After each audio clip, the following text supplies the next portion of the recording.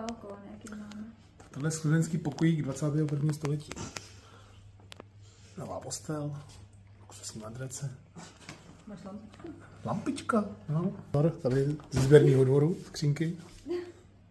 Krása. Nesmírná. Tohle je 78. ročník, to jsem se akorát narodil. To je dobrý. Pěkný, fakt pěkný teda. Stydno by mi bylo za tohleto chtít nějaký peníze. To se teda vycejchnovali tady. Kolej Vltava.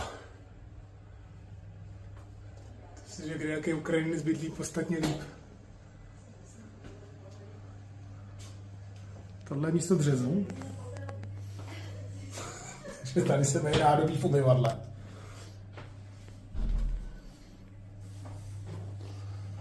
No. Ukažme ještě tu vaši luxusní koupelnu. Tak tohle je ale velká bomba. A to už to tady spolukámoška vydrhla. Nevím, jak to vypadalo předtím tady.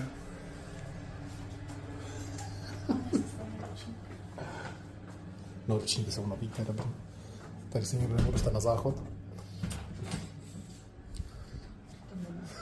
Ty vole, tak to je prostě paráda.